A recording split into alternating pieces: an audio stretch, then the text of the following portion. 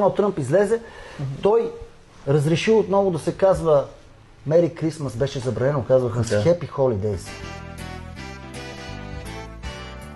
I'm talking about Christmas present. I'll give you a bigger Christmas present.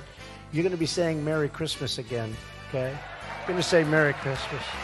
I want them to say Merry Christmas, everybody. Happy New Year, Happy Holidays, but I want Merry Christmas. Опита се отново да върне в Библията, да могат да я четат в училището. Молеше се, когато се събира цялото правителство предварително. Това бяха забранени неща, разбираш.